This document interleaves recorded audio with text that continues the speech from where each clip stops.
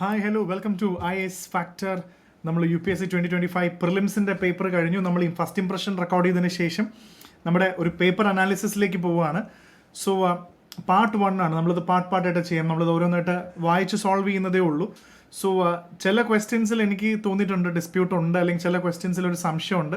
എന്തായാലും UPSCയുടെ കീ വരുമ്പോൾ അങ്ങോട്ടും ഇങ്ങോട്ടും കുറച്ച് വ്യത്യാസം ഉണ്ടാവും, നിങ്ങൾക്കറിയാം. സോ ഫസ്റ്റ് ഇംപ്രഷൻ എന്ന രീതിയിൽ I am actually going through the part 1 analysis. നമ്മളിതിൽ കൂടുതലും ഹിസ്റ്ററിയും പൊളിറ്റി കംപ്ലീറ്റ് ആയിട്ട് പൊളിറ്റിയും ഹിസ്റ്ററിയും മെയിൻ ആയിട്ടുള്ള ഏരിയാസ് ഒന്ന് ഡിസ്കസ് ചെയ്ത് പോവാം. With me Arjun R Shankar, you listening to with me. So നമുക്ക് ജനറൽ ആയിട്ട് തോന്നിയ ഫീഡ്ബാക്കുകൾ എന്താണെന്ന് ചോദിച്ചു കഴിഞ്ഞാൽ, that's a random feedback that I want to tell everybody. ഇപ്പോൾ മൊത്തത്തിലുള്ള പരീക്ഷ പലരും എഴുതിയതിന് ശേഷം ഇപ്പോൾ പറഞ്ഞത് അത്യാവശ്യം ടഫ് തന്നെയാണ് എന്നുള്ളതിൽ നമുക്ക് സംശയമൊന്നുമില്ല. അത്യാവശ്യം പേപ്പർ ടഫ് തന്നെയാണ്. പക്ഷേ ഇപ്പം നമ്മൾ ചെയ്യുന്ന കുറച്ച് ഏരിയാസ് ഉണ്ട്. അതായത് ഇപ്പോൾ പൊളിറ്റിയും മോഡേൺ ഇന്ത്യയും ഏൻഷ്യൻ ഇന്ത്യയും ബാക്കിയുള്ള ഹിസ്റ്ററിയും പൊളിറ്റിയും കൂടെ തന്നെ നോക്കുമ്പോൾ അത്യാവശ്യം കുറച്ച് ക്വസ്റ്റ്യൻസ് ഉണ്ട്. അപ്പോൾ ഇതിനകത്ത് പൊളിറ്റി കുറച്ചുകൂടെ സോൾവബിൾ ആണെന്ന് എനിക്ക് തോന്നി. ജനറലി ഇതിനകത്ത് പൊളിറ്റിയും മോഡേൺ ഇന്ത്യയിലെ കുറച്ച് ക്വസ്റ്റ്യൻസും കുറച്ച് കൺഫ്യൂഷൻസ് ഉണ്ടാക്കുന്നുണ്ട്.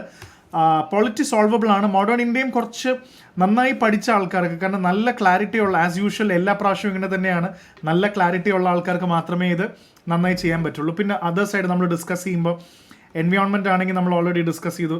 ഭയങ്കരമായ കാർബൺ ട്രാപ്പ്, ആ റിലേറ്റഡ് ആയിട്ടുള്ള കാര്യം. എക്കണോമിക് കുറച്ചുകൂടെ ഹൈലി കോൺസെപ്ഷ്യൽ ക്വസ്റ്റ്യൻസ് ആയിരുന്നു. കാര്യം അറിയാമെങ്കിൽ, അപ്ലൈ ചെയ്യണമെങ്കിൽ, കാൽക്കുലേഷനൊക്കെ ചെയ്യണമെങ്കിൽ അത് കറക്റ്റ് ആയിരിക്കണം. പിന്നെ more of A till towards stock market, അങ്ങനത്തെ ഒരു ഏരിയയിലേക്കും കൂടെ അത് ചെറുതായിട്ട് ഷിഫ്റ്റ് ചെയ്തു എന്ന് എനിക്ക് തോന്നി, എക്കണോമിക്സ്. ഓക്കെ, സോ ഇതിൽ വളരെ ക്വിക്കായിട്ട് തന്നെ നമുക്ക് ക്വസ്റ്റ്യൻസ് ഓരോന്നായിട്ട് ഡിസ്കസ് ചെയ്ത് പോവാം. So I think you are ready. Let's move to the first important ആയിട്ടുള്ള, നമുക്ക് ആദ്യം സീരീസ് ഡി എന്നൊരു ഓർഡറിലല്ല ആദ്യം എടുത്തു, പിന്നെ ഞാൻ മൾട്ടി ഓർഡറിൽ സബ്ജക്റ്റ് എന്ന രീതിയിലേക്ക് മാറ്റിപ്പോയി. So let's discuss Rajaram Mohan Roy. ഈ ക്വസ്റ്റ്യൻ വളരെ സിമ്പിൾ ആണ്, പക്ഷേ ഇതിനകത്ത് ചെറിയൊരു കൺഫ്യൂഷനും കൂടെ ഉണ്ട്. He possessed great love and respect for the traditional philosophical systems of the East. Yes, he had great interest. അദ്ദേഹത്തിന് വളരെയധികം ഇൻട്രസ്റ്റ് ഉള്ള ഒരു ഏരിയ ആയിരുന്നു. He desired his countrymen to accept the rational and scientific approach and the principle of human dignity and social equality of all men and women. ഇത് കുറച്ച് വേഗാണോ എന്നുള്ളത് ഈ dot നോക്കേണ്ടത്. ഇത് ആരുടെയോ ക്വസ്റ്റ്യൻ പേപ്പർ കിട്ടിയതാണ് കേട്ടോ. സോ ഇതിനകത്ത് പ്രോബബ്ലി ഈ സ്റ്റേറ്റ്മെൻറ്റ് ശരിയാണ്, പക്ഷേ ഈ സ്റ്റേറ്റ്മെൻറ്റ് സംശയമുണ്ടോ? പക്ഷേ എവിടെ സംശയം എന്തെന്ന് വെച്ചാൽ, നമ്മുടെ സോഴ്സ് എന്ന് പറയുന്നത് മെയിൻലി ബുക്സ് ആണ്. V completely rely on books. പക്ഷേ ഈ ബുക്സിന് അപ്പുറത്തേക്കും നോളജ് ഉണ്ട് എന്നുള്ളൊരു ഫാക്ടർ ഉണ്ട്. നമ്മുടെ ഇപ്പോൾ സ്പെക്ട്രമോ ബിപിൻ ചന്ദ്രയോ എന്ന് പറയുന്ന ഒരു ബുക്കിൻ്റെ ഒരു ചട്ടക്കൂടിനകത്ത് നമ്മൾ നിന്ന് നോക്കുമ്പോൾ ഇറ്റ് ഇസ് ഓക്കെ. പക്ഷേ ഇവരെ കുറിച്ചിട്ടൊക്കെ there are many other things outside this. ആ ആസ്പെക്റ്റുകൾ വരുമ്പോൾ നമ്മൾ ചിലപ്പോൾ അറിഞ്ഞണം നിർബന്ധമൊന്നുമില്ല. ബട്ട് രണ്ടാമത്തെ സ്റ്റേറ്റ്മെൻറ്റ് മോസ്റ്റ് ലൈക്ലി ശരിയാവാൻ സാധ്യതയുണ്ട്. So we can say that ഒന്നില്ലെങ്കിൽ രണ്ടും ശരിയാണ്, ബോത്ത് ടു, അല്ലെങ്കിൽ ഇത് മാത്രമാണ് എന്ന രീതിയിൽ നമുക്ക് എടുക്കേണ്ടി വരും. ഒന്നില്ലെങ്കിൽ 2 ഓൺലി, അല്ലെങ്കിൽ ബോത്ത് 1 and 2. ബോത്ത് 1 and 2 ആവാനാണ് സാധ്യത കൂടുതൽ. ഇത് മാത്രമല്ല, ബിക്കോസ് ഈ സ്റ്റേറ്റ്മെൻറ്റും ശരി തന്നെ ആവാൻ സാധ്യത കൂടുതലാണ്. ബിക്കോസ് അദ്ദേഹം ഒരുപാട് ഈസ്റ്റിലെ സിസ്റ്റംസ്, ഈ great love and respect for the traditional philosophical system. കാരണം യൂറോപ്യൻ സിസ്റ്റം അല്ലാതെ ഇന്ത്യൻ സിസ്റ്റത്തിനോട് അദ്ദേഹത്തിന് ഇഷ്ടമുണ്ടായിരുന്നു, റെസ്പെക്റ്റ് ഉണ്ടായിരുന്നു എന്ന് നമുക്ക് എങ്ങനെ പറയാൻ പറ്റും? കാരണം ആൾ പ്യുവർലി വെസ്റ്റേൺ കോൺസെപ്റ്റ്സ് ഒക്കെ ഇംബൈബ് ചെയ്തിരുന്ന ആളാണ്. പക്ഷേ മോസ്റ്റ് പ്രോബബ്ലി 1 and 2 ആവാൻ സാധ്യതയുണ്ട്. UPSCയുടെ കീ വന്നാലേ അറിയാൻ പറ്റുള്ളൂ. അല്ലെങ്കിൽ നമുക്ക് വേണമെങ്കിൽ പറയാം, രാജാറാം മോഹൻ റോയ്ക്ക് ഇന്ത്യയുടെ പ്രിൻസിപ്പിൾസ് ഒന്നും, ട്രഡീഷണൽ ഫിലോസഫിക്കൽ സിസ്റ്റംസ് ഒന്നും ഇഷ്ടമേ അല്ല, മോഡേൺ ആളായിരുന്നു എന്നുള്ള രീതിയിൽ നമുക്ക് മനസ്സിലാക്കേണ്ടി വരും. സോ ഇതിൽ ഏതാണ് എന്നുള്ളത് നമുക്ക് you have no idea. But most probably both 1 and 2 അല്ലെങ്കിൽ 2 ഓൺലി എന്ന രീതിയിൽ നമുക്ക് കാണാൻ പറ്റും. Okay, so moving on to the next question. ഇതും സോൾവബിൾ ആയിരുന്നു. Non cooperation movement. എന്തൊക്കെയായിരുന്നു നോൺ കോപ്പറേഷൻ മൂവ്മെൻറ്റിൻ്റെ പാർട്ട് എന്നാണ് ഇതിനകത്ത് ചോദിച്ചിരിക്കുന്നത്. Obviously boycott of law courts and foreign cloth, yes. Observance of strict non violence, obviously ഗാന്ധിജിയുടെ ഒരു രീതിയാണ്. Retention of titles and honours without using them. ഇത് യൂസ് ചെയ്യാതെയാണെങ്കിൽ പബ്ലിക്കില്ല. ഞാനൊരു എൻ്റെ ടൈറ്റിലാണ്, പക്ഷേ ഞാൻ ആ ടൈറ്റിൽ പുറത്ത് ഉപയോഗിക്കുന്നില്ല, പക്ഷേ ഞാൻ ബോയ്ക്കോട്ട് ചെയ്തിട്ടില്ല എന്ന് പറയുന്നത് തെറ്റായിട്ടുള്ള സ്റ്റേറ്റ്മെൻ്റ് ആണ്. Because that defeats the purpose of the program. പിന്നെ establishment of panchayat for law settling, ഇത് കറക്റ്റാണ്. കാരണം ഒരുപാട് പേര് കോടതിയെല്ലാം ബഹിഷ്കരിച്ച് കഴിഞ്ഞപ്പോൾ ചെറിയ നമ്മൾ ഓൾട്ടർനേറ്റ് ഡിസ്പ്യൂട്ട് റെസൊല്യൂഷൻ എന്നൊക്കെ പറയുന്ന പോലെ ആ കാലഘട്ടത്തിൽ സിമ്പിൾ സംഭവം ഉണ്ടായിരുന്നു എന്നുള്ളത് സത്യമാണ്. സോ ഓൺലി വണ്ണിൽ നമുക്ക് ഇതിനകത്ത് 3 ശരിയാണെന്നുള്ള രീതിയിൽ നമുക്ക് കാൽക്കുലേറ്റ് ചെയ്യാൻ പറ്റും. സോ ഒബ്വിയസ്ലി ആ ഒരു സ്റ്റേറ്റ്മെൻറ്റിൽ we can get non cooperation movement encourage people. So this goes against the program's intent. അതാണ് നമ്മളിപ്പോൾ നേരത്തെ നോക്കിയത്. സോ ഓൺലി 3 എന്ന രീതിയിൽ 3 സ്റ്റേറ്റ്മെൻറ്റ് ശരിയാണ്. ഇത് സ്റ്റേറ്റ്മെൻറ്റ് തെറ്റാണെന്നാണ് മോസ്റ്റ് പ്രോബബ്ലി അത് തെറ്റാണത്. The first Gandhara Mahavidyalaya Music Training School was set up in 1901 by Vishnu Digambar Paluskar. ഈ ചോദ്യമൊക്കെ ആർട്ട് ആൻഡ് കൾച്ചറോ അല്ലെങ്കിൽ ആർട്ട് ആൻഡ് കൾച്ചർ പഠിച്ച പോലും ചിലപ്പോൾ ഈ ചോദ്യം കിട്ടണമെന്ന് ഒരു നിർബന്ധവും ഇല്ല. ഇത്തരം ക്വസ്റ്റ്യൻസ് അറിയാമെങ്കിൽ അറിയാം, ഇല്ലെങ്കിൽ ഇല്ല എപ്പോഴും. പക്ഷെ അറിയാമെങ്കിൽ obviously you have an idea that നമുക്ക് ഏകദേശം ഒരു ധാരണയുണ്ടെങ്കിൽ അത് ലാഹോറാണ് എന്നുള്ളത്. വിഷ്ണു ദിഗംബറിനെ കുറിച്ചിട്ട് അറിയാമെങ്കിൽ വളരെ ഹിന്ദുസ്ഥാനി വോക്കലിസ്റ്റ് ആണ്, ലാഹോറിലാണ്. പിന്നീട് ബോംബെ, ഡൽഹിയിലേക്കുള്ള വിഷ്ണു ദിഗംബർ സ്കൂളുകളെല്ലാം ബോംബെ, ഡൽഹിയിലും കൂടെ ഉണ്ട്. സോ സാധാരണക്കാരന് മ്യൂസിക് എത്തിച്ചു കൊടുത്ത ഒരാളും കൂടാണ് വിഷ്ണു ദിഗംബർ എന്ന് പറയുന്നത്. ഹെറിഡിറ്ററി അല്ലാത്ത സാധാരണക്കാർക്ക് പാടാൻ പറ്റുന്ന രീതിയിൽ. So Lahore is the answer. If you written Lahore you can take count for the marks. പിന്നെ ലാഹോർ തന്നെയാണ് ഇതിനകത്ത് വന്നിരിക്കുന്നത്. പിന്നെ റാൻഡംലി ഉള്ളത് അടുത്ത ചോദ്യം നോൺ കോപ്പറേഷൻ മൂവ്മെന്റിനെ കുറിച്ചിട്ടാണ്. അപ്പോൾ non cooperation movement, civil disobedience, ആ ഒരു ആസ്പെക്റ്റിൽ ദേ ഹാവ് ഫോക്കസ്ഡ് കുറച്ചുകൂടെ ഗാന്ധിയൻ ഓറിയന്റഡ് ആണെങ്കിൽ പോലും ഗാന്ധിജി അല്ലാത്ത കുറച്ച് കാര്യങ്ങളോട് ഇതിനകത്തുണ്ട്. The Congress declared the attainment of swaraj by all legitimate and peaceful means to be its objective. സ്വരാജിന് വേണ്ടിയാണോ നോൺ കോപ്പറേഷൻ മൂവ്മെന്റ് ഫൈറ്റ് ചെയ്തത്? ഹിസ്റ്ററി പഠിക്കുമ്പോൾ എപ്പോഴും നമ്മൾ ആലോചിക്കണം, ഡൊമിനിയൻ സ്റ്റാറ്റസ് എന്താണ്? സ്വരാജിന് വേണ്ടിയാണോ? പൂർണ്ണ സ്വരാജ് ആണോ? അപ്പോൾ എന്താണ് ഈ dominion status, home rule?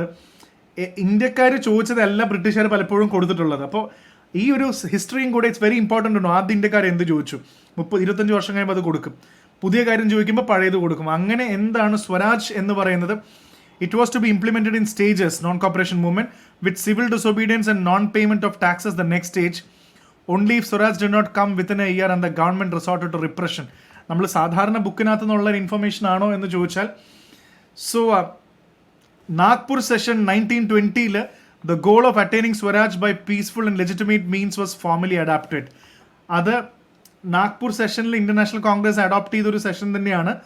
And അതിനുശേഷം നമുക്ക് കാണാൻ പറ്റും this became the official goal of the Congress during the non cooperation movement. So Swaraj എന്നുള്ളത് വളരെ ഇമ്പോർട്ടൻ്റ് ആണ്. നോൺ കോപ്പറേഷൻ മൂവ്മെന്റിന്റെ 1921 മുന്നേ തന്നെ നാഗ്പൂർ സെഷനിൽ വളരെ പോപ്പുലർ ആയിരുന്നു എന്നുള്ളൊരു ഇൻഫർമേഷൻ നമുക്കുണ്ട്. പിന്നെ different stages, obviously boycott of legislative councils, foreign clothes surrendering, promotion of khadi, national education. ഇതേപോലെ തന്നെ ഇതിനെ വിളിക്കുന്ന പേരാണ് കണ്ടീഷണൽ എസ്കലേഷൻ. എനിക്ക് സ്പെക്ട്രത്തിൽ ഈ വാക്കുണ്ടോ എന്ന് എനിക്ക് അറിയില്ല.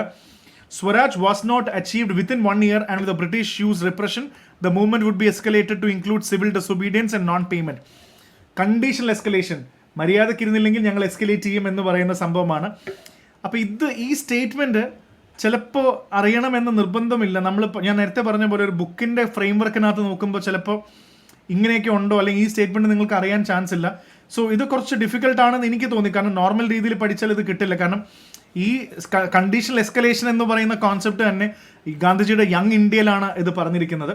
It was actually mentioned in that. So will go with both 1 and 2. പക്ഷേ സാധാരണ ആൾക്കാർക്ക് പഠിച്ചാൽ ഇത് കിട്ടിയോ എന്നൊരു സംശയമുണ്ട്. കാരണം സ്വരാജ് 1920 നാഗ്പൂർ സെഷനെ കുറിച്ചിട്ടുള്ളതും ഒരു വലിയ ഒരു കണ്ടീഷനാണ്. പിന്നീട് അടുത്ത ചോദ്യം ഇതാണ്, sedition has become my religion was the famous. ഇതൊരു കൺഫ്യൂസിങ് സ്റ്റേറ്റ്മെന്റ് ആണ്. Sedition has become my religion ചമ്പാരനാണോ, റൗണ്ട് ടേബിൾ കോൺഫറൻസിൽ പറഞ്ഞിട്ടുണ്ടോ? പക്ഷേ ഇത് നമുക്ക് ഏറ്റവും കൂടുതൽ closest answer sedition has become my dharma എന്നാണ് ഗാന്ധിജി ഇവിടെ വിളിച്ചത്. Most likely it is actually the public violating the salt law at Dandi. കാരണം അത് പറയാൻ കാരണമുണ്ട്, ഇതിൽ തന്നെയുണ്ട്. ഫോളോയിങ് ഗാന്ധിജിയുടെ ഫേമസ് ഒരു പോർട്ടലിന് എടുത്തതാണ്. I have made my sedition my dharma. ഇതാണ് ഗാന്ധിജിയുടെ statement. I have made sedition my dharma എന്ന് പറഞ്ഞൊരു സ്റ്റേറ്റ്മെന്റ് ദണ്ഡി മാർച്ചിനാണ് ഗാന്ധിജി ഇഷ്യൂ ചെയ്തത്. സോ അത് നമുക്ക് ആർട്ടിക്കിൾ ഫ്രം ഗവർണൻസ് നൗ എന്ന് പറഞ്ഞതാണ്. I realise that the empire did not deserve loyalty. I felt that it deserved sedition, hence I have made sedition my dharma എന്നുള്ളതാണ് ആ മുഴുവൻ സ്റ്റേറ്റ്മെൻറ്റും ഇങ്ങനെയാണത് കിടക്കുന്നത്. ഇതും ആക്ച്വലി കുറച്ച് കൺഫ്യൂസിങ് ആണെന്ന് ചോദിച്ചാൽ കുറച്ച് കൺഫ്യൂസിങ് ആണത്. അപ്പോൾ അത് പിന്നെ ഒരു കാര്യം കൂടി ഇൻ ബിറ്റ്വീൻ നമ്മുടെ മുഴുവൻ ആൻസർ കീം ഞാൻ വർക്ക് ചെയ്തുകൊണ്ടിരിക്കുകയാണ്. അതൊന്നുകൂടെ ഒന്ന് ആലോചിച്ചിട്ട് കറക്റ്റായിട്ട് നോക്കി ഇതിൻ്റെ ആൻസർ കീ ഇമ്മീഡിയറ്റ്ലി മിനിറ്റുകൾക്കുള്ളിൽ ഫസ്റ്റ് ആൻസർ കീ ഇറക്കണം എന്നൊരു വാശിയും എനിക്കില്ല.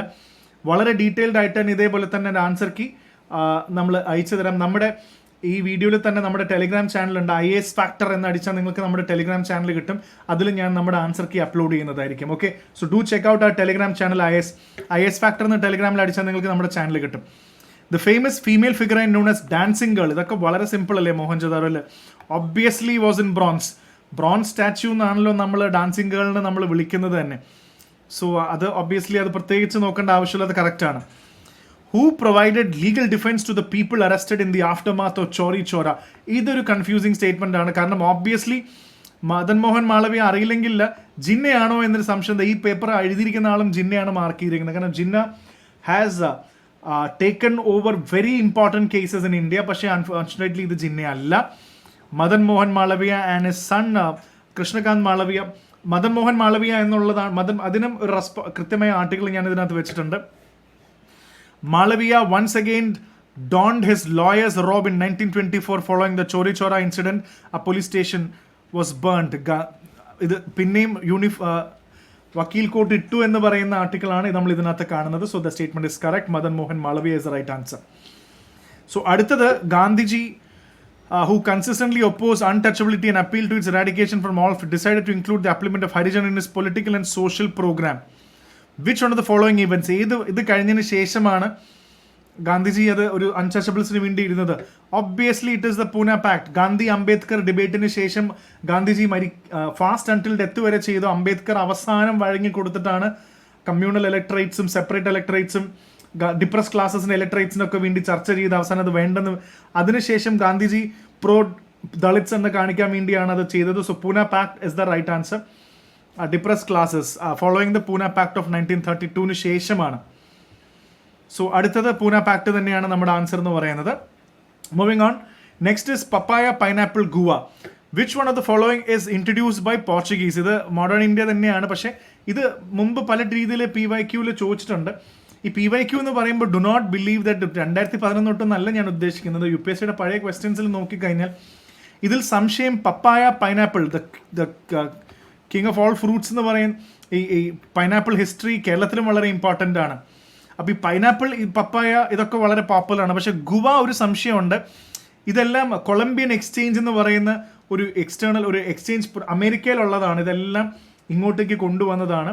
ഇതിൽ ഗുവ മാത്രമേ ഒരു സംശയം ഉണ്ടായിരുന്നുള്ളൂ. പക്ഷേ അത് ഗുവയും നമുക്ക് സംശയം തീർത്തു. കാരണം പപ്പായയും പൈനാപ്പിളും ഗുവയെല്ലാം these fruits were originally native to Americas, നേരത്തെ പറഞ്ഞ പോലെ brought to India as a part of Columbian exchange. അവിടെയുള്ള പ്ലാന്റ്സ് ആനിമൽസിനെ ഒക്കെ ഇന്ത്യയിലേക്ക് എക്സ്ചേഞ്ച് ചെയ്യാനുള്ള ടെലിഗ്രാഫ് ഓൺലൈനിൻ്റെ ഒരു വാർത്ത ഉണ്ടായിരുന്നു. ഗുവ ദി ആപ്പിൾ ഓഫ് ട്രോപ്പിക്സിനകത്ത് it was introduced by Portuguese in the 17th century എന്ന് പറഞ്ഞൊരു ലിങ്ക് ഉള്ളതുകൊണ്ടാണ് ഞാനത് വളരെ ഡീറ്റെയിൽ ആയിട്ട് വെച്ചത്. സോ ഓൾ 3 തന്നെ നമുക്ക് മാർക്ക് ചെയ്യാൻ പറ്റും. 3 പോർച്ചുഗീസുകാർ കൊണ്ടുവന്നതാണെന്ന് നമുക്ക് അസ്യൂം ചെയ്യാൻ പറ്റും. This is a simple sitter question because self respect movement ഒക്കെ വളരെ സിമ്പിൾ ആണ്. ഒബ്വിയസ്ലി പെരിയാർ EV രാമസ്വാമി നായ്ക്കർ തന്നെയാണ് അതിൻ്റെ സെൽഫ് റെസ്പെക്ട് മൂവ്മെന്റിന്റെ ഫൗണ്ടർ. സോഷ്യൽ റിഫോംസ് മൂവ്മെന്റിൽ വളരെ സിമ്പിൾ ആണ്. Some random questions from Araghatta. ഒരു തരത്തിൽ ഇതേ question was previously also asked. So Araghatta obviously is a large wheel with earthen pots tied to the outer end of its spoke. Bullock cart എന്നുള്ള സംഭവമല്ല. അരഘാട്ട ഒരു traditional irrigation device ആണ്. Large wooden wheel, manually ഒരു animal power വെച്ചിട്ട് wheel rotated, the pots dipped in to the water source.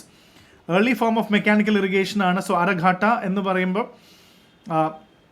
Pulled up by rope എന്നല്ല, ബുള്ളക്സ് എന്നുമല്ല. earthen pots tied to the outer ends. B ആണ് the closest answer. സിയും ശരിയാണെന്ന് തോന്നും, പക്ഷേ B ആണ് right answer. We'll go for B. Let's go for B. പിന്നെ who among the following rulers in ancient India had assumed the titles Mattavilasa, Vichitra Chitta and Gunabhara? ഇത് കുറച്ച് of beat ആണ്. കാരണം നിങ്ങൾക്ക് അറിയാമെങ്കിൽ ഇറ്റ്സ് ഡിഫിക്കൽട്ട്, കാരണം അത്രയും ഡെപ്തിൽ. പക്ഷേ മഹേന്ദ്രവർമ്മനാണ് പല്ലവ ആർക്കിടെക്ചർ നമ്മൾ ഒരുവിധം വായിച്ചിട്ടുള്ള ആൾക്കാർക്കൊക്കെ Mattavilasa is a very popular work. So Pallava റൂളറാണ്. അവിടെ തന്നെ ഹി അലോപ്റ്റഡ് മത്തവിലാസ എന്ന് പറയുന്നത് ഇൻടോക്സിക്കേറ്റഡ് പ്ലേ എന്നാണ്. Full of virtues, Vichitra, curious minded. Sanskrit play ആണ്. മത്തവിലാസ പ്രഹസന എന്ന് പറയുന്ന ഒരു സറ്റാരിക്കൽ വർക്കും കൂടാണ് മഹേന്ദ്രവർമ്മൻ. പല്ലവ ബുക്സിൻ്റെ I think it is a tough question. Only if you know this, you have read about Pallavas and you read about ഇത്, അന്ന് മാത്രമേ ഇത് കിട്ടുള്ളൂ. അല്ലെങ്കിൽ നമ്മൾ വെറുതെ ഗസ് ചെയ്യാൻ പറ്റുന്ന ക്വസ്റ്റ്യൻ അല്ല. So Mahendravarman will go with the Mahendravarman. Obviously this is again a sitter question, വളരെ സിമ്പിൾ ആണ്. ഫാഹിയാൻ എന്ന് പറയുമ്പോൾ ചന്ദ്രഗുപ്ത സെക്കൻഡ്. സാധാരണഗതിയിൽ ഇവർ which of the following were the observations made by Fahien എന്നൊക്കെയാണ് ചോദിക്കുന്നത്. പക്ഷേ ഇപ്രാവശ്യം ലക്കിലി അവർ വളരെ സിമ്പിൾ ആയിട്ടൊരു ക്വസ്റ്റ്യൻ ചോദിച്ചു. Chandragupta second, Vikramaditya. Will go for the answer Vikramaditya എന്നുള്ളതാണ്. This was a tough question, കാരണം ഇത് കുറച്ച് ടഫ് ക്വസ്റ്റ്യൻ ആണ്. കാരണം ഇതെല്ലാം ഏൻഷ്യൻ ഇന്ത്യയിൽ തന്നെ നമ്മൾ മഹാജനപദാസ് എന്ന് പറയും. 16 മേജർ ആയിട്ടുള്ള മഹാജനപദാസിനെ കുറിച്ച് നമ്മൾ പഠിക്കും.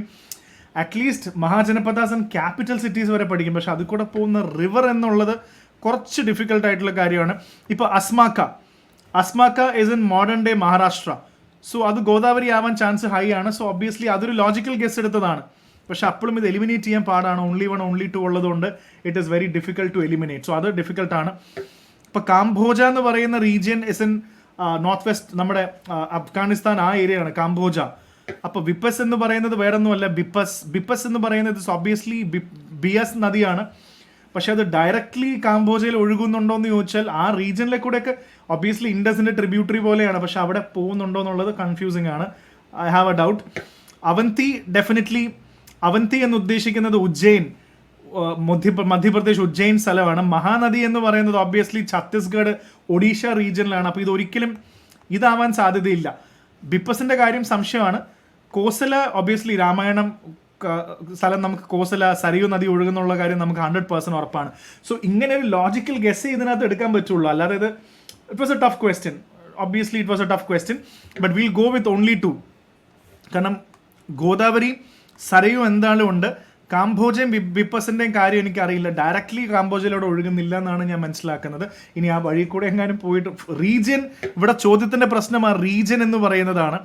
Region, the word region is a tricky word. അതിൽ ഇനിയിപ്പോൾ വേണമെങ്കിൽ 3 ആണോ എന്ന് ചോദിച്ചാൽ my answer would be region wise I would say 2, only 2. അവിടെ കൂടെ പോകുന്നില്ലെന്ന് നമുക്ക് തൽക്കാലം അസ്യൂം ചെയ്യാം. Okay, Ashokan inscription suggests that Pradeshika, Rajuka and Yukta, they are very, very simple answers. They are district level administration. ഇത് വളരെ basic ആയിട്ട് ancient ഇന്ത്യയുടെ NCERT തന്നെ കിടപ്പുള്ള ഒരു സംഭവമാണ്. സോ അദ്ദേഹത്തിൻ്റെ അഡ്മിനിസ്ട്രേഷൻ പൊസിഷനെ കുറിച്ച് ചോദിക്കുമ്പോൾ തന്നെ you need to have an idea because mentioned in the Mauryan administration, Pradeshika, district level administration, Rajuka, land measurement, Yukta, accounting officials എല്ലാം ഡിസ്ട്രിക്ട് ലെവലിലുള്ള ആൾക്കാരാണ്. So obviously you can take the answer district level administration and Ashokan. Idum mumbu Rajuka repeated question aanu actually. So moving on, who among the following successful military campaigns against the kingdom of Srivijaya, the powerful maritime state which ruled the Malaya Peninsula? Ee sambhavam itrayum valiya land Malaya Sumatra Srivijaya empire ne military campaigns against പോയിട്ടുണ്ടെങ്കിൽ ഹൊയ്സാലാസ്, കക്കാട്ടിയാസ്, രാഷ്ട്രകൂടാസ് ഇവർക്കെല്ലാം powerful മലേ peninsula, ഇതിനകത്ത് എവിടെയോ ഒരു navy എന്ന് പറയുന്ന ഒരു logic ഉണ്ട്. At least Ponniyin Selvan സിനിമയെങ്കിലും കണ്ടിട്ടുണ്ടെങ്കിൽ അറിയാം, Cholas had A great navy. അപ്പോൾ ഇവിടെ ഇന്ത്യൻ മലേ പെനിൻസുലയിലും സുമാത്രയിലും ജാവയിലൊക്കെ പോയി കോൺക്വസ്റ്റ് നടത്തിയിട്ടുള്ള ചോളാസ് ആണെന്നുള്ളപ്പോൾ ഒബ്വിയസ്ലി അമോഘ വർഷം ഇതൊക്കെ നമുക്ക് കട്ട് ചെയ്ത് കളയുകയാണെങ്കിൽ നമുക്ക് the logical guess would be Rajendra Chola. ഒരു ലോജിക്കൽ ഗെസ് ആണ്. That will be correct. Rajendra Chola was the right most probable very good guess on that. ഇനി will go on to the important questions of polity. എനിക്ക് പോളിറ്റിയിൽ തോന്നിയ questions, എനിക്ക് തോന്നിയ feel എന്താണെന്ന് വെച്ചാൽ polity questions looked lengthy. They really looked lengthy. അപ്പോൾ എവിടെയോ നമ്മൾ പ്രധാനപ്പെട്ട കാര്യങ്ങൾ വായിക്കാതെ പോയിട്ടുണ്ടെന്ന് തോന്നി. കാരണം ആസ് യൂഷ്വൽ പോളിറ്റി എന്ന് പറയുന്നത് എത്ര പഠിച്ചാലും നമുക്ക് കിട്ടുന്ന ഒരു ഏരിയ ആണ്. നമുക്ക് അത്യാവശ്യം നല്ലൊരു മാർക്കിനകത്തുനിന്ന് വാങ്ങിക്കാമായിരുന്നു എന്ന് എനിക്ക് തോന്നി പോളിറ്റി പേഴ്സണലി. ഹിസ്റ്ററി ഡെഫിനറ്റ്ലി കുറച്ച് കൺഫ്യൂസിങ് ആയിരുന്നു, കുറച്ച് ക്വസ്റ്റ്യൻസ് കിട്ടുമായിരുന്നു. പക്ഷേ പൊളിറ്റിയിൽ അത്യാവശ്യം എല്ലാ ക്വസ്റ്റ്യൻസും വേണമെങ്കിൽ ക്രാക്ക് ചെയ്യാമായിരുന്നു എന്ന് എനിക്ക് തോന്നി. ബിക്കോസ് ഫസ്റ്റ് റൗണ്ടാണ് നോക്കുന്നത്. ബാക്കിയുള്ള കീസും കാര്യങ്ങളും വരുമ്പോഴേ നമുക്ക് അറിയാൻ പറ്റുള്ളൂ. So taken panchayat at the intermediate level exist in all States. It's A kind of N extreme statement. 20 ലക്ഷത്തിൻ്റെ സംഭവം population. So this statement is wrong. To be eligible to be a member of panchayat at the intermediate level, a person should attain at least the age of 30 years. 30 വയസ്സ് വരെയൊക്കെ കാത്തിരിക്കേണ്ട ആവശ്യമുണ്ടോ? That again is a false statement. And ഈ statement ആണ്, the chief minister of a state constitute a commission to review the financial positions of panchayat intermediate level to make recommendation regarding the distribution. ഈ statement വരുമ്പോൾ which of the following are not correct എന്നാണ്. ഇങ്ങനത്തെ statement വരുമ്പോഴാണ് കുറച്ച് confusion വരുന്നത്. ഇവിടെ obviously നമുക്ക് നോക്കുമ്പോൾ തന്നെ അറിയാം എല്ലാ സ്റ്റേറ്റ്മെന്റും തെറ്റാണ്. കാരണം as per 243 with a population 20 lakhs in more smaller states and union territory may have only one village and district. Not all states ഉള്ള എന്നുള്ള കാര്യം ക്ലിയർ ആണ്. 21 ഓബ്വിയസ്ലി 30 വയസ്സിൻ്റെ ഒക്കെ ആവശ്യമുണ്ടോ എന്ന് ഞാൻ ചോദിച്ചൊരു ചോദ്യമുണ്ട്.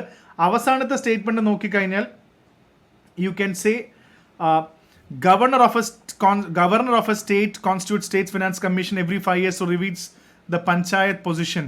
അപ്പോൾ ഇതിനകത്ത് വരുന്ന ഒരു പ്രധാന കാര്യം എന്ന് പറയുന്നത് പഞ്ചായത്ത് ഇതിനു വേണ്ടി financial position the chief minister of a states constitutes a commission to review. ബാക്കി കാര്യങ്ങളൊക്കെ വായിച്ച കഥ പോലെ വരുന്നതിനെക്കാട്ടും ഇതും തെറ്റാണ് എന്ന് ഒബ്വിയസ്ലി നമുക്ക് ഫസ്റ്റ് സ്റ്റേറ്റ്മെന്റിൽ we should have got that idea because we can say the 243 governor of a states constitute state financial commission every Y. പഞ്ചായത്തിന് വേണ്ടിയാണെങ്കിലും നാഷണൽ ഫിനാൻസ് കമ്മീഷൻ പോലെ തന്നെ. So obviously the answer was all, എല്ലാം തെറ്റാണ്. Which of the following are not correct. മൂന്ന് സ്റ്റേറ്റ്മെന്റും തെറ്റാണ്. അതിൽ ഈ ഒരു ക്ലാരിറ്റി പഞ്ചായത്തിന്റെ ലെവലിൽ ഉണ്ടായിരുന്നെങ്കിൽ ഈ ക്വസ്റ്റ്യൻ ക്രാക്കബിൾ തന്നെയായിരുന്നു എന്നാണ് എൻ്റെ ഇത് പറയുന്നത്. You could have crack this question. Moving on to the next question. എപ്പോഴും നമ്മൾ പറയുന്ന ഒരു ഏരിയ ആണ് ലോക്പാലും ലോകായുക്തയൊക്കെ വളരെ ഇമ്പോർട്ടൻ്റ് ആണ്, ഓർത്ത് വെക്കണം. ഇതും കണ്ടോ, പൊളിറ്റി ക്വസ്റ്റ്യൻസ് ആൾക്കാരെ മടുപ്പിക്കുന്നത് ലെങ്തി ആയിട്ടാണ്. ഒന്നാമത് നമുക്ക് സമയമില്ല.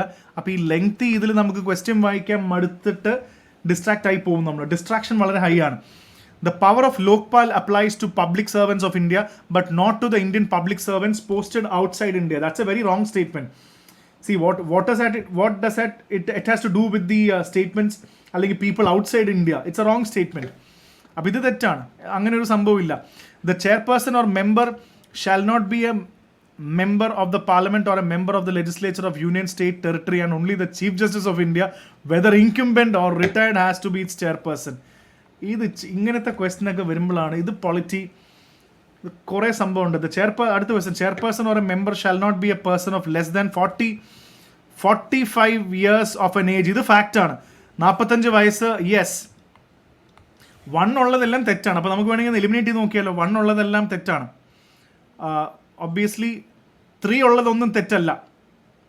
3 കറക്റ്റാണ്. അപ്പോൾ സ്റ്റേറ്റ്മെന്റ് എന്ന് പറയുമ്പോൾ none of the above statement is correct, തെറ്റാണ്. ഇതും പോയി. 3 കറക്റ്റാണെന്ന് എനിക്കറിയാം. ഇങ്ങനെയൊക്കെ എലിമിനേറ്റ് ചെയ്യാമല്ലോ. നമുക്ക് 3 കറക്റ്റാണ്. 45 ആണെന്ന് ഉറപ്പാണ്. Lokpal cannot inquire in to the allegations of corruption against a sitting prime minister. ഈ സ്റ്റേറ്റ്മെന്റ് കനോട്ട് എൻക്വയർ എന്ന് പറയുന്നത് തെറ്റാണ്. കാരണം പ്രൈം മിനിസ്റ്ററിനെ കുറിച്ച് ചെയ്യാം, പക്ഷേ ലിമിറ്റഡ് ആണ്. അങ്ങനെയാണെങ്കിൽ which of the above statement are correct എന്ന് ചോദിച്ചു കഴിഞ്ഞാൽ first one, the not post outside India, ഇത് ഇത് സ്റ്റേറ്റ്മെന്റ് ശരിയാണ്. നമുക്ക് ചെക്ക് ചെയ്ത് നോക്കാം. 3 ഓൺലി മാത്രമേ ഉള്ളൂ, ബാക്കി എല്ലാം തെറ്റാ. കണ്ടോ, ഇത് തെറ്റാണ്. അങ്ങനെയൊന്നുമില്ല. ഇന്ത്യ എല്ലായിടത്തും നോക്കാം. ഈ സ്റ്റേറ്റ്മെന്റ് തെറ്റായിരുന്നു. ഇവിടെ ഒരു കൺഫ്യൂഷൻ ഉണ്ടായിരുന്നു, പക്ഷേ തെറ്റാണ്. നമ്മൾ എലിമിനേറ്റ് ചെയ്ത് കളഞ്ഞു. ലോക്പാലിൻ്റെ ഇതും തെറ്റാണ്. പ്രൈം മിനിസ്റ്റർക്കെതിരെ എൻക്വയർ ചെയ്യാം. സോ 3 ഓൺലി എന്ന് പറയുന്ന സ്റ്റേറ്റ്മെന്റ് മാത്രമേ ഉള്ളൂ കറക്റ്റ് വന്നത്. ഓൾ പബ്ലിക് സർവൻസ് ആണ്. There is no exclusion for Indian publics working abroad work ചെയ്യുന്ന ആൾക്കാർ. It is true that serving MPs or MLAs are disqualified. The statement falsely limits. As per the Act, chairperson can be a former Chief Justice of India or a former judge of Supreme Court. Eminent person, as per the Lokpal 45 വയസ്സാണെന്നുള്ളത് ആ ഒരു സ്റ്റേറ്റ്മെൻറ്റും നമുക്കിവിടെ തെറ്റാണെന്ന് മനസ്സിലായി. Lokpal can inquire into the sitting Prime Minister but with restrictions. Inquiry is not completely bad. അപ്പോൾ ചെയ്യാൻ പാടില്ല എന്ന് പറഞ്ഞ സ്റ്റേറ്റ്മെൻറ്റ് അങ്ങനെ പറയാൻ പറ്റില്ല. അതുകൊണ്ട് തന്നെ ബാക്കി സ്റ്റേറ്റ്മെൻറ്റുകളെല്ലാം തെറ്റായിരുന്നു. We can actually go for the ഇത് 3 ഓൺലി എന്ന രീതിയിൽ നമുക്ക് കെട്ടായിരുന്നു. ഇതിൽ സെക്കൻഡ് സ്റ്റേറ്റ്മെന്റ് എന്ന് പറയുന്നത് കുറച്ച് ലെങ്തി ആകുമ്പോൾ നിങ്ങൾക്ക് തോന്നിയോ, നിങ്ങൾക്ക് കമന്റ് ചെയ്യാട്ടോ. ലെങ്തി ആണെന്ന് തോന്നിയോണ്ടാണ് നമ്മൾ ഇതിന്റെ എക്സ്പ്ലനേഷൻ പിന്നെയും ഡിഫിക്കൽട്ട് ആക്കി വിട്ടത്. ഇനി അടുത്ത പ്രധാനപ്പെട്ട കാര്യം എന്ന് പറയുന്നത് the pardoning power of the president of India. ഇതും വളരെ important. The president of this the exercise of this power by the president can be subjected to limited judicial review. Yes, statement correct ആണ്. Limited എന്ന വാക്കാണ്. Judicial review limited ആയിട്ട് കൊണ്ടുവരാൻ പറ്റും. The president can exercise this power without the advice of the council of ministers. അപ്പോൾ ഈ statement തെറ്റാണ്. President shall obviously at the aid of the council of ministers എന്ന് പറയുന്നതുകൊണ്ട് ആ സ്റ്റേറ്റ്മെന്റ് തെറ്റാണ്. പക്ഷെ ജുഡീഷ്യൽ റിവ്യൂ ലിമിറ്റഡ് ഉണ്ട്. കെഹർ സിംഗിന്റെയും യൂണിയൻ എപ്പുരു സുധാകർ വേഴ്സസ് ആന്ധ്രാപ്രദേശ് കേസിലൊക്കെ judicial review is allowed on limited grounds if the decision was arbitrary. So courts do not review the merits of the case. So judicial review is not absolute, it is limited. The key word, please remember, it is not absolute, it is limited. അവിടെയാണ് നമ്മളത് ഓർത്ത് വെക്കേണ്ടത്. President is bound to act on the advice of the Council of Ministers. The President cannot act independently on this matter. അപ്പോൾ ആ ചോദ്യത്തിന് നമുക്കിവിടെ കിട്ടിയ ഉത്തരം എന്ന് പറയുന്നത് അത് ആ സ്റ്റേറ്റ്മെൻറ്റ്സ് നമുക്ക് നോക്കുകയാണെങ്കിൽ V should have an idea regarding ഈ സ്റ്റേറ്റ്മെൻറ്റ് തെറ്റാണ്. So first statement only one എന്ന് പറയുന്ന സ്റ്റേറ്റ്മെൻറ്റിലേക്ക് മാത്രം നമുക്ക് ആൻസറിലേക്ക് പോകേണ്ടി വരും. ആൻഡ് പിന്നെയും കണ്ടോ പോളിറ്റി എല്ലാം ലെങ്തിയാണ്. സോ ഇത് വായിക്കാൻ തന്നെ ബോറടിക്കുമ്പോൾ ഇപ്രാവശ്യം സിമ്പിൾ ക്വസ്റ്റ്യൻ ചോദിച്ചു, പക്ഷേ ലെങ്ത് വെച്ച് അവർ സോ ലെങ്ത് എന്ന് പറയുന്ന ഒരു ഫാക്ടർ നമ്മൾ കൂടുതൽ ഡിസ്ട്രാക്റ്റഡ് ആവാതെ വായിക്കാൻ പഠിക്കണം. On the dissolution of the house of the people the speaker shall not vacate his or her office until immediately before. ഈ statement shall not vacate dissolution വന്നാൽ അപ്പം തന്നെ പോകണമെന്നുണ്ടോ? Let see the statements. Correct. According to the provisions of the Constitution of India, a member of the House of the People on being elected as Speaker shall resign from his political party immediately. അങ്ങനെ ഒരു സംഭവം ഇല്ലല്ലോ. First statement സംശയം ഉണ്ടെങ്കിൽ പോലും speaker elect ചെയ്ത ഉടനെ Congress party അല്ലെങ്കിൽ ബി ജെ പിയുടെ സ്പീക്കർ വന്ന അപ്പം തന്നെ ബി ജെ പി പാർട്ടിന്ന് എലക്ട് ചെയ്യുന്നുള്ള തെറ്റാണ്. രണ്ടുള്ളതെല്ലാം തെറ്റാണ്. ഒബ്വിയസ്ലി എല്ലാം തെറ്റി. അപ്പം എല്ലാം കണ്ടു. ഈ സ്റ്റേറ്റ്മെന്റിൽ നമുക്ക് മനസ്സിലാവുന്നത് അങ്ങനെ ഒരു സംഭവം ഇല്ല. അപ്പം ഈ ചോദ്യമൊക്കെ സത്യം പറഞ്ഞ ഇപ്പം ഇത് സോൾവ് ചെയ്യുന്ന സമയത്ത് എല്ലാം ഒന്നും ഇതില്ല, എല്ലാം കട്ട് ചെയ്ത് കളയാൻ പറ്റുമെന്ന് തോന്നുന്നു എനിക്ക്. ഇതും കട്ട് ചെയ്ത് കളഞ്ഞു. അപ്പോൾ ഒബ്വിയസ്ലി ആൻസർ എന്താണെന്ന് ചോദിച്ചു കഴിഞ്ഞാൽ let's take A look at ഇതിൻ്റെ എക്സ്പ്ലനേഷന് പോകുന്നതിന് മുന്നേ തന്നെ let's take A look at 1 and 2 എന്ന് പറയുന്നതാണ്. 1 and 3 ഓൺലി എന്നുള്ളത് 1 and 3 ഓൺലി ആണ്. കാരണം ബാക്കിയെല്ലാം നമ്മൾ 2 ഉള്ളതെല്ലാം കട്ട് ചെയ്ത് കളഞ്ഞു. 2 ഉള്ളതെല്ലാം നമ്മൾ കട്ട് ചെയ്ത് കളഞ്ഞല്ലോ. അപ്പോൾ ഒബ്വിയസ്ലി ആൻസർ ഇതാണ്. പക്ഷെ എന്നാലും നമ്മളൊരു എക്സ്പ്ലനേഷന് വേണ്ടി ഇത് വളരെ എലിമിനേഷനിൽ തന്നെ അത് പോയി. അത് വളരെ സിമ്പിൾ എലിമിനേഷൻ ആയിരുന്നത്. I wouldn't have even read the other question. I would have simply eliminated it. 94 വെച്ച് speaker does not vacate the office upon dissolution of the Lok Sabha. നമ്മൾ അതിനുശേഷം പ്രോട്ടോം സ്പീക്കറും കാര്യങ്ങളൊക്കെ നിങ്ങൾ കേട്ടിട്ടുണ്ടാവും. Speaker continues until the first meeting of the new house. Continuity ensure ചെയ്യാൻ വേണ്ടിയാണ്. പിന്നെ അങ്ങനെ റിസൈൻ ചെയ്യേണ്ട ആവശ്യമൊന്നുമില്ല. പിന്നെ വോളണ്ടറിലി ഇതും വളരെ ഇമ്പോർട്ടൻ്റ് ആണ്. Speaker can be remove from the resolution pass by majority of all the members. Also prior notice is also required. ഇനി ആ സ്റ്റേറ്റ്മെൻറ്റ് നിങ്ങൾക്ക് അറിയില്ലായിരുന്നെങ്കിൽ പോലും നമ്മൾ എലിമിനേറ്റ് ചെയ്തത് കറക്റ്റ് ആണെങ്കിൽ പോലും 1 and 3 കറക്റ്റ് ആണ്. 1ഉം 3ഉം കറക്റ്റ് ആണ്. അതിൻ്റെ മെജോറിറ്റിയാണ് ഇതിൽ പറഞ്ഞിരിക്കുന്നത്. ഇതെല്ലാം വളരെ ബേസിക് ആയിട്ടുള്ള ക്വസ്റ്റ്യൻസ് ആണ്. Remove resolution of pass majority of all the members, absolute majority വേണം. 14 ദിവസത്തെ റിക്വയർഡ് നോട്ടീസും കൊടുക്കണം എന്നുള്ളത് നമ്മൾ ലക്ഷ്മികാന്തിൽ തന്നെ കിടപ്പുണ്ടത്. സോ ഒബ്വിയസ്ലി 1 and 3 എന്നുള്ളത് എലിമിനേഷന് തന്നെ നമ്മളത് കളഞ്ഞു. If any question arises as to whether a member of the House of the People has become subject to disqualification under 10th schedule, the President decision in accordance with the opinion of the Council shall be filed. President ആണോ തീരുമാനിക്കുന്നത്? President അല്ലല്ലോ തീരുമാനിക്കുന്നത്. അപ്പോൾ ആ statement president ആണോ തീരുമാനിക്കുന്നത്? ആണോ? What do you suggest? ഇതിനകത്ത് എലിമിനേഷൻ ഉണ്ടോ? പ്രസിഡന്റ് ആണോ? ഒരു കൺഫ്യൂഷൻ ഉണ്ടോ? There is no mention of the word political party in the Constitution of India. President അല്ലല്ലോ തീരുമാനിക്കുന്നത്. അതേപോലെ പൊളിറ്റിക്കൽ പാർട്ടി കോൺസ്റ്റിറ്റ്യൂഷനിൽ മെൻഷൻ ചെയ്തിട്ടുണ്ടോ? പണ്ടില്ലായിരുന്നു, പക്ഷെ പിന്നീടുണ്ട്. അതാണ് ആ ട്രിക്കി ക്വസ്റ്റൻ ആണത്. നോ മെൻഷൻ ഇനിഷ്യലി എന്നുള്ളതല്ല, ഇല്ലായിരുന്നു. പക്ഷേ ഇപ്പോൾ ആ സ്റ്റേറ്റ്മെന്റ് പൊളിറ്റിക്കൽ പാർട്ടി ഡിഫെക്ഷൻ്റെ കാര്യങ്ങളൊക്കെ വരുന്ന സമയത്ത് under the 10th schedule the authority to decide disqualification not by the president but the speaker of the house in Rajya Sabha and chairman in Rajya Sabha. അപ്പോൾ അതുകൊണ്ട് പ്രസിഡന്റ് അല്ല, അത് തെറ്റാണ്. ഇത് വളരെ തെറ്റായിട്ടുള്ള സ്റ്റേറ്റ്മെന്റ് ആണ്. പൊളിറ്റിക്കൽ പാർട്ടി മെൻഷൻ ചെയ്തിട്ടുണ്ട്. 52nd amendment the claim that constitution doesn't mention is factually wrong. കാരണം obviously it was mentioned. Initially it was not there, but later on they added this statement very clearly. So our statement is a very deceptive statement, but when you look at the answer, it is absolutely correct. And so that is what. So neither 1 or 2, both the statements, there is no, it is not president, it is the speaker. There is no mention of the word political party in the Constitution of India. There is no mention. This is false. There is a mention of political party. Mention ഉണ്ട്. And again വലിയ question, simple ആണ്, പക്ഷേ ഇങ്ങനത്തെ കാര്യം statement ആണ്. In India, state governments have no power for making rules for grant of concession in respect to extraction of minerals, even though such minerals are located in the territory. ഇത് അറിയാമായിരുന്നു. in India, central government has the power to notify minor minerals under relevant law. ഇത് ശരിയാവാൻ chance ഉണ്ട്. പക്ഷേ statement number 1 ഇത് കുറച്ച് അറിയാമെങ്കിൽ അറിയാം.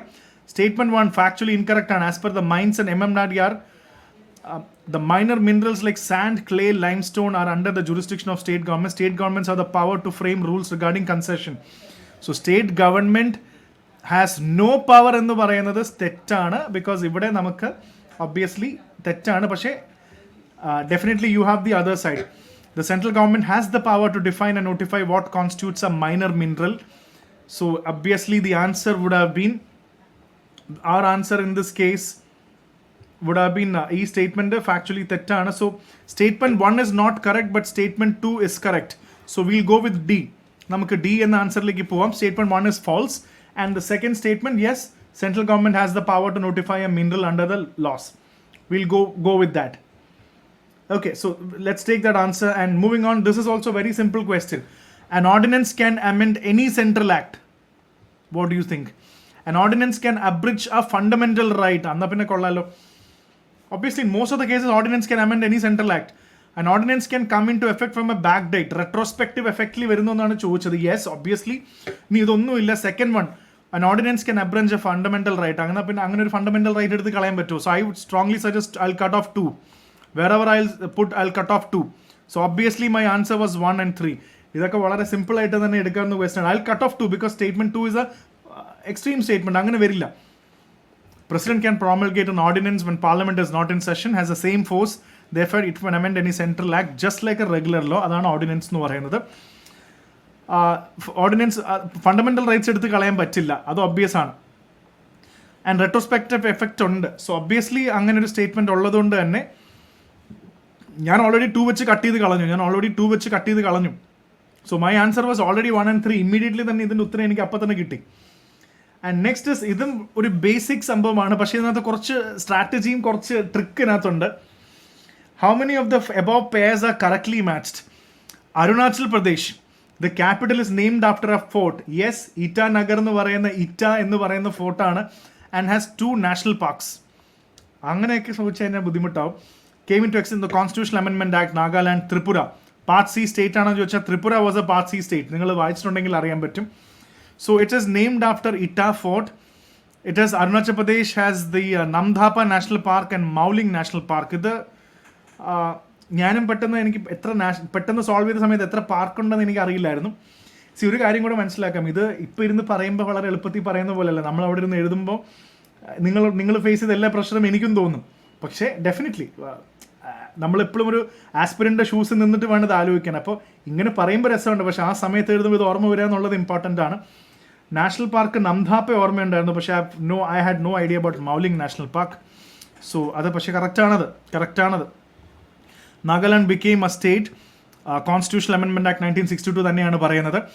And Tripura was ഇന്ത്യയുടെ part C state after accession. ഇത് നിങ്ങൾ ആ കോൺസ്റ്റിറ്റ്യൂഷൻ്റെ സ്റ്റേറ്റ് ഫോർമേഷനൊക്കെ നോക്കുമ്പോൾ ഓരോ സ്റ്റേറ്റ് ഇങ്ങനെയൊക്കെയാണ് ഫോം ചെയ്ത് വന്നത്. ഹിമാചൽ പ്രദേശ് ആദ്യം ഉണ്ടായിരുന്നു, ബീഹാറിൽ നിന്ന് ഉത്തരാഖണ്ഡ് എടുത്ത് മാറ്റി, ബീഹാറിൽ നിന്ന് എങ്ങനെയാണ് വിഡ്രോ ചെയ്ത് വന്നത്, ഒഡീഷ സ്റ്റേറ്റ് ആയിരുന്നു. ഈ ഒരു ടൈം ലൈൻ നോക്കുമ്പോൾ നമുക്കൊരു ക്ലാരിറ്റി ഉണ്ടാവും. So wheel say all the statement are correct. So wheel go with all 3. All the statements are correct.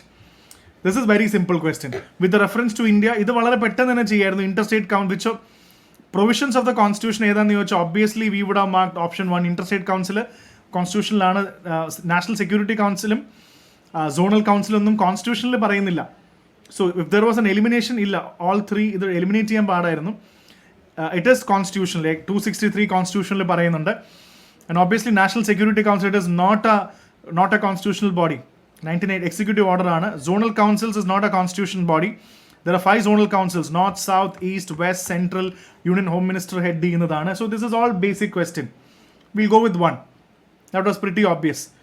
അടുത്തത്, the Constitution of India explicitly mentioned that in certain spheres the governor of state acts in his or her discretion. Yes, governor എന്ന് പറയുന്നത് നമ്മളൊരു കഴിഞ്ഞ പ്രാവശ്യത്തെ current അഫയേഴ്സിൻ്റെ സെഷനിൽ തന്നെ നമ്മൾ എന്തോരം പ്രാവശ്യം ഡിസ്കസ് ചെയ്ത ഗവർണർ കേരളത്തിലും ആന്ധ്രയിലും പഞ്ചാബ് എല്ലാ സ്ഥലത്തും ഭയങ്കരമായ പ്രോബ്ലംസ് ഉള്ളതുകൊണ്ട് ഗവർണറിൻ്റെ പവർ പ്രത്യേകം പഠിക്കാൻ നമ്മൾ we have even discuss the power of governor in A current affairs class. So the President of India can his or reserve a bill passed by a state legislature for consideration without it being forwarded by the governor. ഇതുണ്ടോ, without it being forwarded by the governor, അങ്ങനെ ഒരു provision ഇല്ല.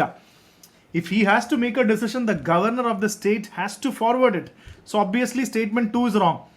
1 is correct. Governor has that power. Governor power ഉണ്ട്. 200, 356 ഒക്കെ നമ്മൾ ഇതിനകത്ത് നോക്കിയിട്ടുണ്ട്. only the governor has the power to reserve a state bill for the president's consideration. So definitely statement 2 is wrong, and the answer is only one. Only one ആണ്. ഇത് തെറ്റാണ്. Obviously president of ഇന്ത്യക്ക് അങ്ങനെ ഒരു power ഇല്ല. And again separation of judiciary from executive DPSP ആണോ? How many ഇത് കുറേ കാലത്തിന് ശേഷമാണ് പോളിറ്റിയിൽ മാച്ച് ദ ഫോളോയിങ് ഇങ്ങനെ വരുന്നത്. ഇത് രസമുള്ളൊരു സ്റ്റേറ്റ്മെൻ്റ് ആണ്. So found in article 50 of the DPSP. So let's check out the answer. ഇതെല്ലാം ഒബ്വിയസ്ലി നമുക്ക് എല്ലാം കറക്റ്റായിട്ട് തന്നെയാണ് ഇതിനകത്ത് വന്നിരിക്കുന്നത്. So let's take A look at the ഇത് വളരെ കൃത്യമായിട്ട് തന്നെ നോക്കാം. Separation of judiciary from the executive stated under DPSP. Public service and valuing and preserving heritage, ഇതെല്ലാം എനിക്ക് തോന്നുന്നു ഫണ്ടമെൻ്റൽ റൈറ്റ്സ് എല്ലാം ഇത് almost all 3 are correct. You can take all 3. All 3 are correct. And moving on, and one small confusion is found in, ഒരു ചെറിയ confusion വരാൻ സാധ്യതയുള്ളത് ഇതാണ്.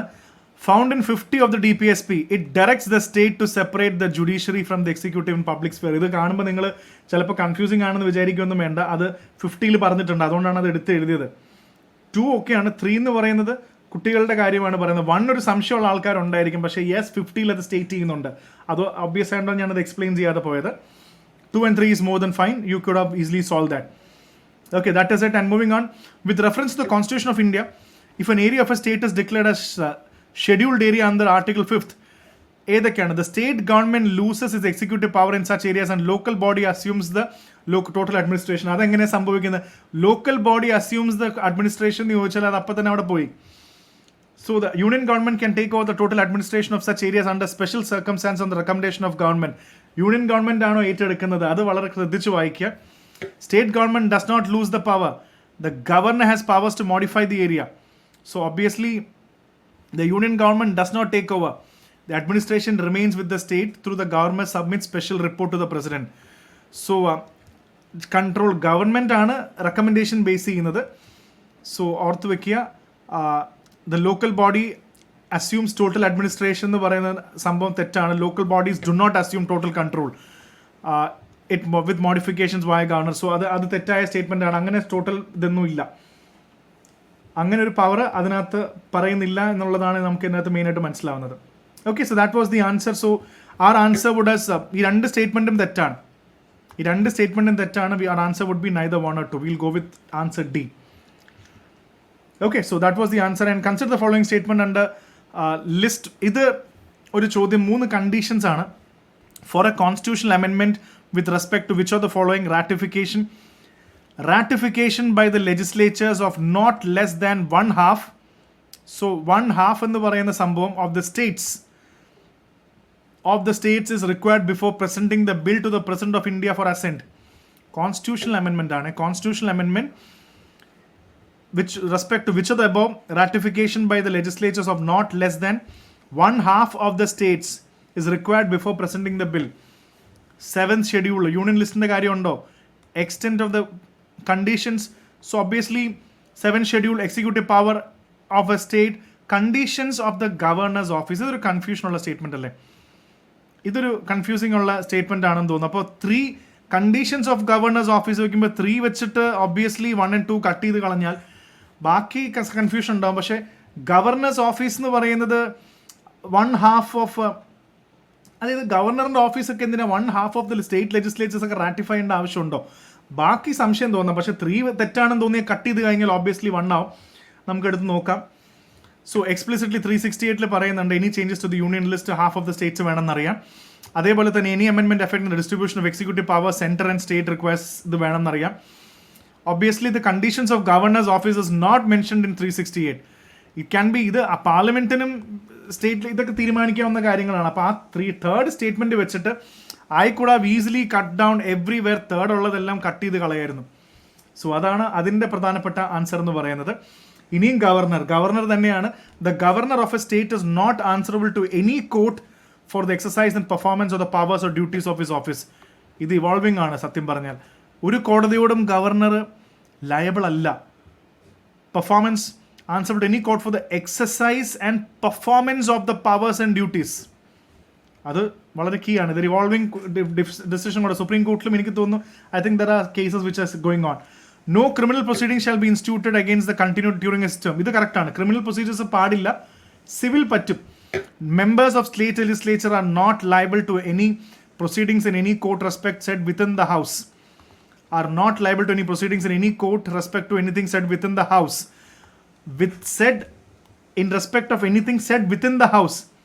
Because obviously privilege എന്ന് പറയുന്ന ഒരു സംഭവമുണ്ട്. Everybody has got the privilege. So let's check out the answer. എന്താണ് ആൻസർ നമുക്ക് ചെക്ക് ചെയ്ത് നോക്കാം. 1. Which of the following are correct? Statement 1 correct ആണ്. കാരണം കോടതി ഇടപെടേണ്ട ആവശ്യമില്ല. ഇതേപോലെ തന്നെ ഗവർണറിനും കണ്ടിന്യൂ ടേംസ് ക്രിമിനൽ പ്രൊസീഡിങ്സ് പാടില്ല. Third statement obviously is what is called as the governor shall not be answer to any court. This is constitutional immunity ആണത്. രണ്ടാമത്തെ പ്രധാനം എന്ന് പറയുന്നത് ക്രിമിനൽ പ്രൊസീഡിങ്സ് പാടില്ല എന്നുള്ളത് ഓബ്വിയസ് ആണ്. അഗെയിൻ അടുത്ത ശേഷം എന്ന് പറയുന്നത് shall be liable because this is ഇതാണ് നേരത്തെ പറഞ്ഞത് പാർലമെന്ററി പ്രിവിലേജ് ആണ്. അത് അങ്ങനെ എടുക്കാൻ പറ്റത്തില്ല. അപ്പോൾ ഇത്രയും കാര്യങ്ങളാണ്. സോ